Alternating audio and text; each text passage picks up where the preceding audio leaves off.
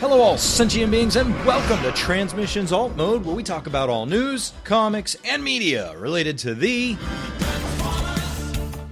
On this episode of Transmissions Alt Mode, we are joined by Epyk as we review the G1 Episode Webworld. Josh Burcham talks about his art process on Beast Wars Issue 3, and a Transformers Shattered Glass miniseries is on the way. Today is Friday, April 16th, 2021, and this is episode 229 of Transmissions Alt Mode. Welcome to Transmissions Alt Mode, the podcast that learned all about treating mental illness from 80s cartoons. I'm your host Charles, aka Big C, and I'm joined by the excellent Transmissions team. The amazing Epyk. Hello. And Daryl, the Cybertronian Beast. Hey, how's it going, everybody? Let's talk Transformers. All right, and we're back for Alt Mode this week. As we mentioned in the toy show, Jeremy is out on assignment, getting COVID vaccine and recovering from that. So he should be good next week, hopefully. And but we wish him well. No pressure, Daryl. Or sorry, Jeremy. You too, Daryl. When you finally get around to it. It's a sore spot for me. Thanks for bringing that up.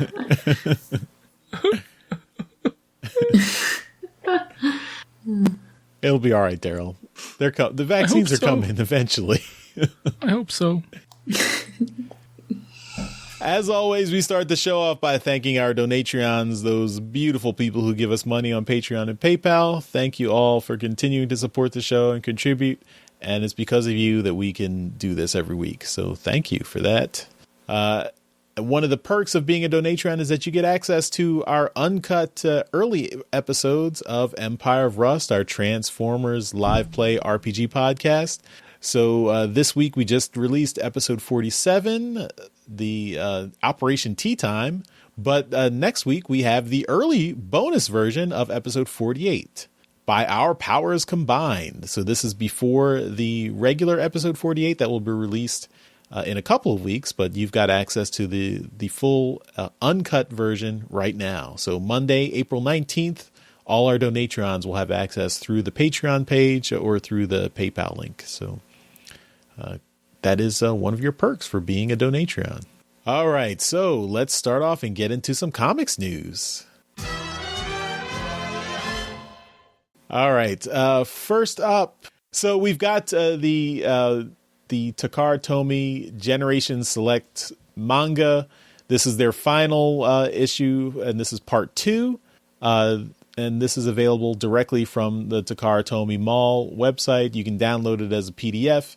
It is entirely in Japanese, but the English translation will be available eventually. Some industrious fans usually translate the text eventually, but right now it's just the Japanese version. So this is part 2, and then there's also part 1, which we talked about previously, so that's already linked if you would like to get part 1. And that one does have the English translation available already, so you'll just have to wait a little bit for the second one. So you can check that out. These digital comics, these are a nice little bit of marketing from the Japanese side for all their toy releases. So they tend to smush up all the different continuities of Transformers and like bring all these characters to appear together and do wacky things. So it's a fun comic. Next up, we've got some behind the scenes stuff from artist Josh Burcham on the Beast Wars comic. And he put out basically an evolutionary process of showing how he goes from pencils to inks to full color on when he's doing the Beast Wars comic. So it's a cool, shows the neat progression. He also gave a little screenshot of all the layers he has in Photoshop, so that's pretty interesting. So yeah, check that out. This is from I believe he put this out on Twitter, and then they just linked it on TFW as well. But yeah, he says he says I threw in little notes I make for each panel. And yeah, he says, any questions, feel free to ask. So if you are curious about his art process, you can go ask him on Twitter, and that's it. That JC Burcham on Twitter. So there you go. And last bit of news, this was actually from the Hasbro Fan Fest. We did talk about this in the main toy show this week. But at Hasbro Fan Fest last week, IDW, it was announced that IDW is doing a new mini comic series for related to Transformers. And this is Transformers Shattered Glass. And this will be coming this fall. And all the toys the Shattered Glass toys that Hasbro is releasing will also have the IDW comics packed in with variant covers by Casey Collar. So that's another reason to pick up the Shattered Glass figures. You get that comic included, but the regular comic should be available in comic shops as well. So if you're not into the toys, in the comic, the art is being done by Guido Guidi, so that's a big plus for us as longtime Transformers comics fans. Guido Guidi doing the art on the inside the books, and Casey Collar doing the variant covers. And then the writer is Danny Lore, which is a relative newcomer, at least someone who we were not familiar with before. But I did find their website and just a quick profile on Danny Lore. So this is, from DannyLore.com. So, easy to find. So Danny Lore is a queer black writer, editor raised in Harlem and currently based in the Bronx. They've worked in comic and gaming shops since the beginning of time. Most of their writing is contemporary speculative fiction with the occasional foray into science fiction. They've had their short fiction published by FIYAH, Podcastle, Fireside, Nightlight, EFNIKS.com, and more. Their comics works include Queen of Bad Dreams for Vault Comics, Quarter Killer for Comixology, and James Bond for Dynamite Comics in December 2019. They have short comics in Deadbeats and The Good Fight. They edited The Good Fight anthology and The Wilds. They will be included in the young adult prose anthology A Phoenix First Must Burn at Viking Books in spring 2020. So Danny Lore seems to be a relative newcomer in the comics business, but looking forward to always looking forward to new voices writing Transformers comics. So I'm curious to see how the Shattered Glass miniseries will turn out, especially since we're not the biggest fans of the Shattered Glass concept, but we're willing to give this new comic a chance. So looking forward to it. So that's it for our comics news, and now we will move on to our review. All right, this week we did not have a new Transformers comic, so we are going back and reaching back and to do a classic review of a G1 episode. And since we had the reveal of Kingdom Galvatron in Hasbro Fan Fest, I thought it would be fun to do a G1 episode focusing on Galvatron. So we are doing the classic G1 Season 3 Episode 16, Webworld. All the G1 episodes are available on TubiTV.com. So if you don't remember the episode, you want to stream it for free, go to TubiTV.com. All the episodes are there. You don't have to pay anything. There is a pretty sizable commercial break in the middle of the stream, but other than that, it's a pretty good way to watch some classic G1 cartoons. And they've got lots of other Transformers cartoons on there too. So it's nice for if you're looking for Transformers content. So Webworld first aired October 20th, 1986. It's written by Len Wein and Diane Duane with the animation by Toei. Before we proceed, I want to mention quickly Len Wein, if nobody knows. He is a prolific writer. Very famously co-created Swamp Thing, and is also the man behind Wolverine. Oh. So some big name characters came out of that mind. Webworld is also not his only Transformers work. It's the only G1 episode he wrote, but he wrote a Beast Wars episode. That would be Tangled Web. Looks to be from season 2. One episode of that, and then he also did, because he passed away in 2017, but he wrote 2 episodes of Transformers Robots in Disguise, the 2015 series. He wrote Prepare for Departure and Cover Me. He also wrote the Beast Machines episode. Oh, did he write Beast Machines as well? I must have missed that one. Savage Noble. He wrote that one. There it is. Yep. Okay, cool. So yeah, he he's done a lot of writing in Transformers. This Diane Duane, I believe this was her only Transformers writing. She still writes. Well, she doesn't have any TV credits to her name since 2010, but she's still a very well-known writer. But I wanted to bring attention to Len Wein, who may go under a lot of people's radar, but really shouldn't. He is a very well-known writer. Cool. Thank you for that interesting background. It's really cool to see the person associated with Wolverine and Swamp Thing also wrote this classic episode. That's really interesting. Mm-hmm. All right. Well, before we go and dive in, I did want to get Epyk, get your opinion about taking this episode on, because I didn't know at the time, but I when we were doing the toy show, I found out that you are not a fan of Galvatron. I guess we can say post crazy Galvatron. Are there people that are? I didn't know that there were people that liked that Galvatron. Yeah, post crazy Galvatron is, and so I wanted to get your thoughts on having to. How much torture was it to go watch this episode?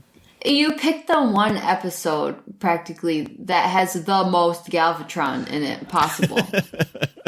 No, it's funny because at first the episode was like vaguely familiar, because it's been a while since we watched through this G1 series and stuff, and so then as it went on, I'm like, I remember now. I remember the first time I watched through season 3, and at each next episode I just hated Galvatron more and more, and then this episode came along and I'm like, oh my god, we're finally going to fix him and we'll have like sweet movie Galvatron equivalent. And then no, he just gets to get out of it and just kill the world that was helping people, by the way.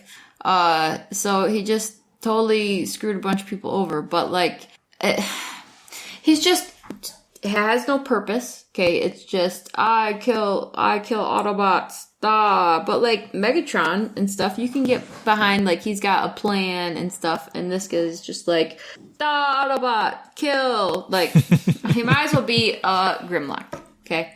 But it's just whatever. I had so many hopes that he was gonna get fixed, or like get the craziness out of him, and like have him be a bit more rational, and then like just be sweet. And because I thought it was really cool that they were drawing attention in the cartoon to his craziness. Like I'm like, yes, they are self-aware. Oh my god, okay. So this isn't just poor writing. This is like, we're doing this on purpose so it can build up to this point. No. Nope. So yeah.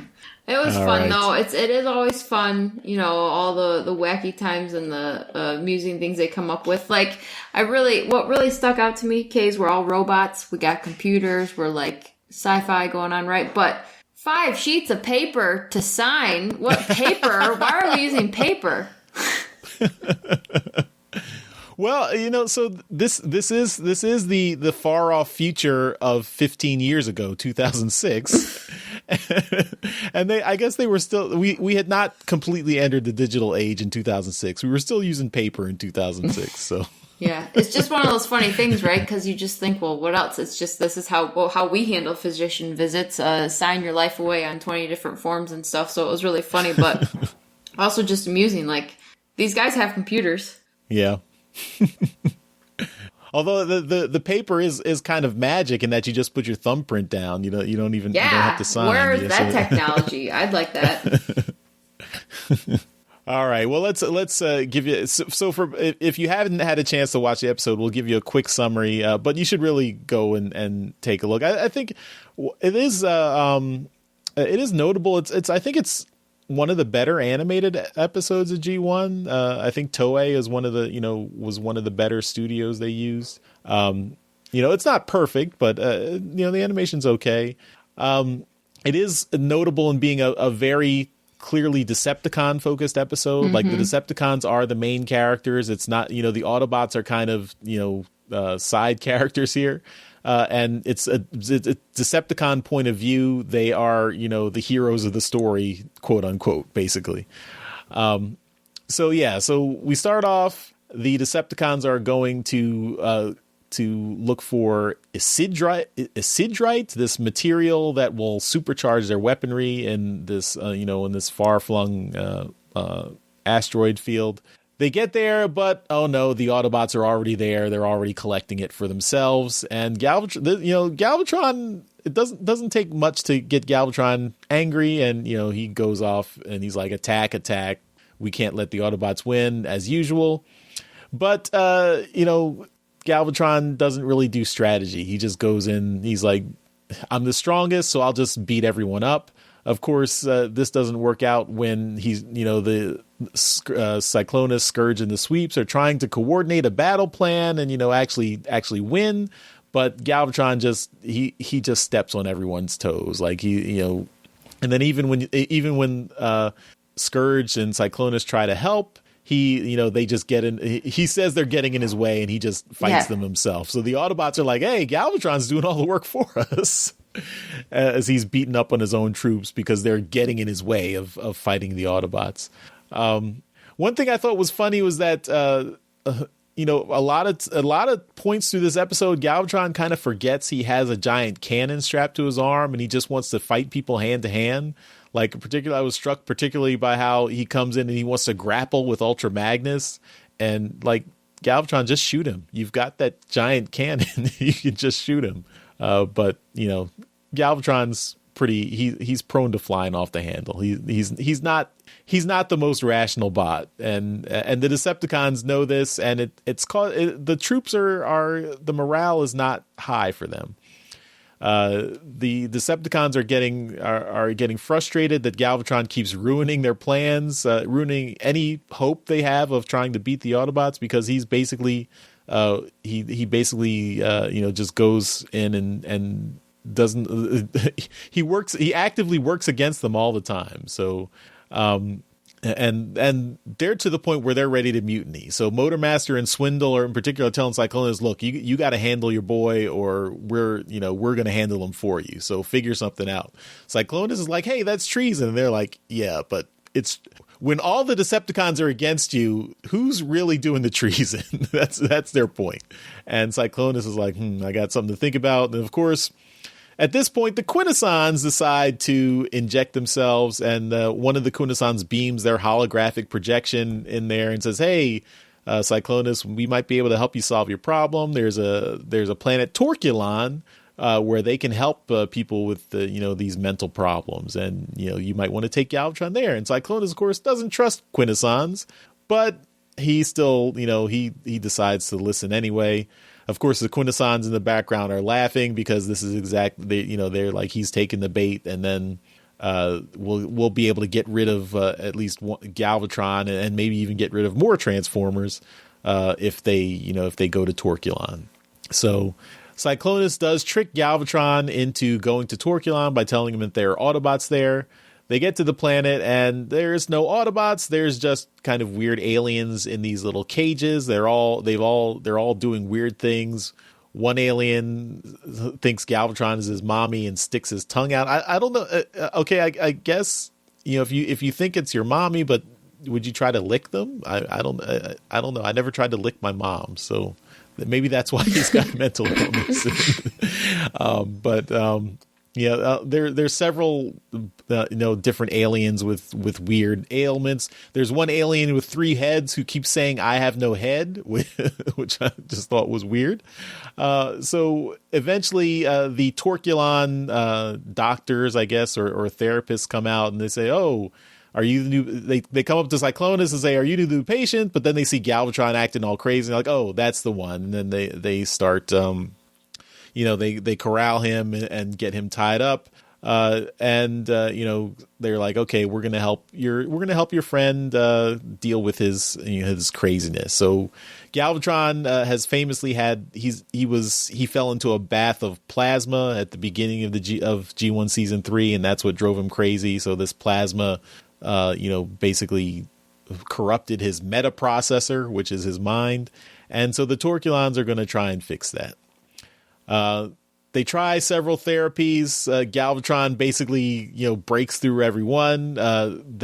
They have a little inhibitor gun they use to subdue him, but they have to shoot him with it too much, and he eventually develops a tolerance for it. So the Galvatron seems uncurable, unhelpable. I particularly like in one part where they have therapy where he the patients assemble objects with they assemble puzzles with these different objects, and Galvatron just sits there and he builds a gun and starts shooting people with the random puzzle bits, which again he forgets he's already got a cannon strapped to his arm. I guess everyone forgot that he's got that cannon strapped to his arm because they didn't take it off when they admitted him as a patient, which I thought was kind of weird. But that seems like a code violation.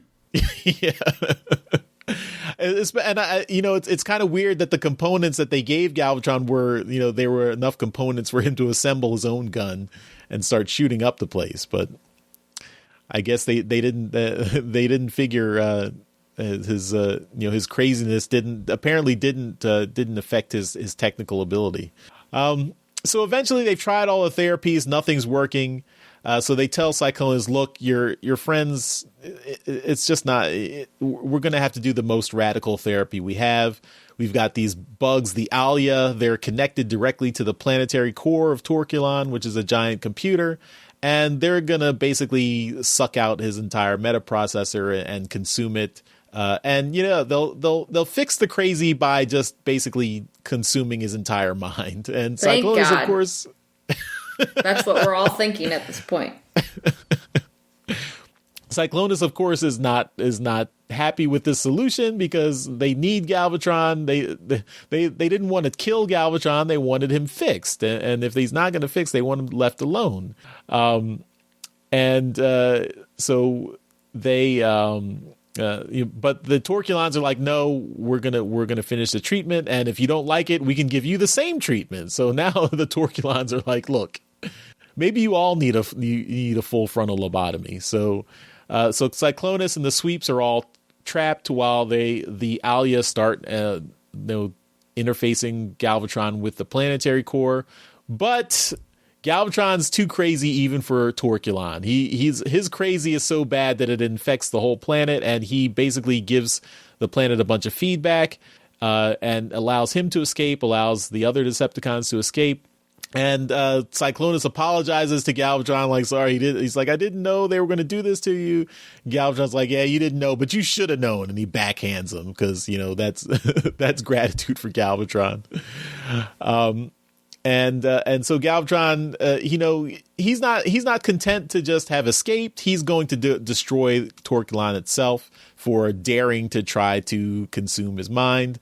And they go find the planet core, even though the planet tries to stop him. But, Galvatron finally remembers that he's a giant cannon and transforms into cannon mode and blasts the planetary core, ruining this planet and basically killing the planet and killing all the therapy business on this planet. Cyclonus says, good job, Galvatron. It'll take them centuries to rebuild. Of course, Galvatron's like, only centuries? We got to keep going. But Cyclonus is like, no, wait, we still got the Autobots to deal with. And then that he dangles the shiny Autobots in front of Galvatron's eyes, and that takes his eyes off the off the ball. And so the Decepticons leave Torkulon in ruins and go off to fight another day for the Autobots, to fight the Autobots another day. And that is the end of Webworld. I guess the reason it's called Webworld is because all on Torkulon, all the restraints and things were webbing that came out of the planet itself. So that's the idea of Webworld. Now to Epyk, to your complaints about Galvatron in general in this episode in particular, I do appreciate the Galvatron's insanity does wear a little thin, but what I did appreciate about this episode is that it was completely Decepticon focused. Mm-hmm. I also liked it. at the very end, we do get to see a little bit of emotion from both Cyclonus and Galvatron. Like when Cyclonus realizes what the Torculons are going to do to Galvatron, he's genuinely upset, and like you can hear the emotion in his voice, like, no, not, don't kill Galvatron. And then even Galvatron, when they're digging into his brain, he's like, he's begging for his life, really. And you don't see that, usually from the Decepticons. Like, you don't see the I felt a little empathy for the Decepticons in that moment, which normally you don't get that in the cartoon. So that at least I appreciated it. Even if Galvatron can become very annoying. And I did like at the very end where Galvatron's like, he becomes like semi-lucid. He's like, okay, I'm still crazy, but I can be crazy and then be directed to a single purpose. Like, look, this planet tried to kill me, and I'm going to destroy the planet. Don't try to stop me. And he's like, he's got the single purpose, destroy the planet, and I'm going to do that. And maybe the Torculons did more good than harm to these patients. But this being the focus is the Decepticons in the episode, so you kind of root for the Decepticons to kill the Torculons, even though they're kind of the bad guys. But so that was my perspective on the episode. Yeah. So Daryl, or go Epyk. Did you have anything else to add? No. I can't say that I found myself rooting for Galvatron in the end. But okay. But no, I know what you're talking about. It was really good, voice acting and getting to see the Decepticons not just be their monstrous selves, bad guys. It's like seeing their inner circle behavior type of thing. Yeah. Mm-hmm. Yeah, I know what you mean. It's cool. Daryl, though. All right, and yeah, Daryl, what were your thoughts on this episode? It's a fun episode. It does have a lot of interesting things that you really wouldn't think about for a G1 episode. You're watching the show, and this is episode 16 of season 3. So you're like, well, Galvatron acts a lot differently than Megatron does, and you got to remember that when this came out, season 3 had started before the movie came out, right? So you're watching this, and you're like, who are all these characters? This Galvatron guy is kind of different. He's not like Megatron. He looks kind of like him, but he's a little different. And you kind of go through the season and you realize he's kind of nuts. And you get to this episode and they're taking him to this mental institution, which is a whole planet, right? It's a kind of advanced for a cartoon. There's a lot of tropes and kind of crazy stuff that happens. Yes, and he does destroy the planet at the end, but is anything really solved? No, not really. He's still a nutcase at the end. Yep. And that's really the point, right? Can he be fixed? Can he ever really be fixed? Is he broken? That's really the question. If you want to even take it further, maybe this is saying something larger about mental illness. Does that mean mental illness shouldn't be, you shouldn't characterize them as broken, but more as, needing therapy or help, but not necessarily if it's so far that you want to fix them, you have to kill them. That maybe that's going too far. Maybe. Yeah. But it's a fun episode. I always, I kind of like watching these every now and then just because they're fun. And, it's, they're silly and they're kind of kooky, but it's one of those things that you can always kind of go back to and it's almost kind of wholesome, Mm-hmm. And I don't think season 3 came out before the movie. The movie came out in the summer of '86, and season 3. I looked it up because I thought that was backwards. The movie came out in August, and this episode was in October. Yeah. Well, this is also the 16th episode. Yeah. Right. So yeah. Yeah, but I'm just the way I remember watching it is that the season. Maybe I was late, and I remember watching the movie in the theaters, but I also remember maybe it was the other way around, that the toys hit first. Maybe that's what it was. Yeah, I was 10 years old in 86. I got Hot Rod for my 10th birthday in March. So I had no idea who Hot Rod was because the movie didn't come out till August. Then I saw the movie in August, and then the season 3 premiered in September with the 5 Faces of Darkness, and that was continuing directly from the movie.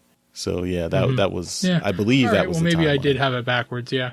But no, it's I mean, it's just a fun way to do it, and the voice is completely different. Like, it's still Frank Welker, it's still the guy who did Megatron, right? So it's just a very different voice, and the way he's able to kind of convey a completely different character, is very well done. I great respect for that guy. Yeah, this definitely shows Frank Welker's range. I mean, I don't think even as a kid, I don't think I recognized that the voice of Megatron and Galvatron was the same across the seasons. Yeah, so. Although the one thing I do have to nitpick in the show, they have Soundwave in the show, and for the one speaking line that Soundwave gets, they didn't do the processing, the voice synthesizing. Oh, they didn't. They just left it as the Dr. Claw Frank Welker voice, so it was a little off-putting. All right, well, that is our classic review of G1 Season 3, Episode 16, Webworld. And we'll have a link in the show notes if you want to look at it on Tubi TV. It's we'll link directly to it in our show notes. All right, so now we will move on to Transformers Media News. All right, in media news this week, not a whole heck of a lot going on, but we did get an interesting piece of G1-ness, and that is we've got some storyboards courtesy of the Sunbow and Marvel Script Storyboard Archive. And these are storyboards from Megatron's Master Plan Part 2. And these are just kind of fun little pieces of Transformers history to look at. And you can flip through them. Well, not really flip through them. There's not really many to look at. Just the one. But still. Feel free to flip through it though. Yep. So it's... that's interesting because it does say storyboards by Keith Tucker, and I remember that a number of years ago, Yoshi did mention that he met Keith Tucker and talked about how he had done storyboards. So there you go, little bit of validation there. But yeah, so that's kind of neat just to see a little bit of storyboardness for there. So there's that. That's kind of cool. And the only other thing we've got this week is that. Kiki Lane and Dominique Fishback are in talks to star in Transformers number 7. I have not read the story yet. And let's see here. Kiki Lane was recently part of films The Old Guard. I did see that. That was a good film. And Coming to America. Dominique Fishback. I did see Coming to America. And I don't remember her part in that. Was she the oldest daughter? I think she was. I haven't watched it yet. You should. It's good. It has been involved in TV and movie production since 2013. Recent productions like Project Power. I saw that as well. That was on Netflix. That's the Jamie Foxx movie. And Judas and the Black Messiah. I have not seen that one. I did see that. She plays the main character's girlfriend slash, cool. Man, now I'm blanking on the name. What's his name? The Black Panther. I can't remember his name. Chadwick Boseman was murdered. No, not that Black Panther. The real Black Panther. Oh, okay. No, for the Black Panther Party from the 60s and 70s. Who was murdered. Yeah. Anyway, that's the movie. Yes. Judas and the Black Messiah. Go see that. It was a good movie. Okay. Yeah. Well, there you go. Fred Hampton. Thanks, Sergio, on the chat. Fred Hampton. That's the guy. So it's these two people. This is not confirmation. It's just saying they're in talks. So that's cool. Yeah. there's not a whole lot of media news this week, unfortunately. But if you haven't seen it, Old Guard, Coming to America, and Project Power, I can vouch for all three of those. They're all very good. And I guess Charles can vouch for Judas and the Black Messiah. There you go. All their previous work is good. So yeah, that's good. That's good praise. All right. Anyway, that's it for media news. All right, and we will finish up the show with some feedback. So we do have a voicemail this week from one of our regular listeners, Dinobot Maximize. He has a question about some variant comics from G1 back in the day. So we will play that now. Hey guys, your friend Dinobot back once more with another little voicemail for you. This is for Alt Mode. I've been currently redoing some of my books, rebagging and boarding, mostly my Marvel G1 currently now. And I've come across something that I find interesting, and I wonder your thoughts or if you've heard on this. On some of the books, we know that they had first, second, and third prints of, but did you also know that some of them have a different ad on the back of the book? I have a couple that are like that. I have one that's like a clear Notzima ad, and then it has a honeycomb ad on the other issue, like the direct and the newsstand. I was wondering, I haven't heard much on this. Is this known? Is this like real big, or is this just like certain issues or anything on that? Is it like a big impression or worth a lot or any big difference on it? Any advice you guys have or info on it, please let me know and the others know. But keep up the great work, guys, and I hope to talk to you later. All right, thanks, Dinobot, for your voicemail. So you are asking about some of the multiple printings you have of old G1 comics, and they had ads changed out in the backs of their issues. So at least, so Daryl, I mean, you're more. I mean, I think you're more into the vintage comics than I am, but my sense is that this isn't hugely uncommon in that, if you have multiple printings of a comic, changing the ads for later printings, you probably just change the ads for whatever is being, whatever ads are being run in that month for the comic company. Like if you are doing a second and third printing a couple of months later, you're going to have whatever current ads are going to be in that book for that time. I mean, I don't think that the variation of ads is going to really factor into the rarity of the book. I mean, especially if a book is getting a second and a third printing, it's not that rare. So it's probably not going to increase its value or anything. What are your thoughts on that? I tend to agree. I was listening to the question and I was thinking like I wasn't sure whether Dinobot was mentioning that even on the same printings, like if he's got two first prints, that the ads are different on first prints. Like I can see how if he's got a first, second, or third print, how the ads would be different because first, second, third prints all come out at different times in the year. And that's what you're talking about. So yeah, the ads are going to be different, especially like on the backs of the book and stuff. Cause they're, certain advertisers pay for certain spots. And if the book comes out at a different time, then that's when the ad goes on. But if you've got books that are all the same printings, so a first print, then, and you've got different ads in them, then perhaps you've got, a different, it's not really, I wouldn't consider it a variant, because when it comes right down to it, I've never in my life heard about anybody really caring what the ads are in a book.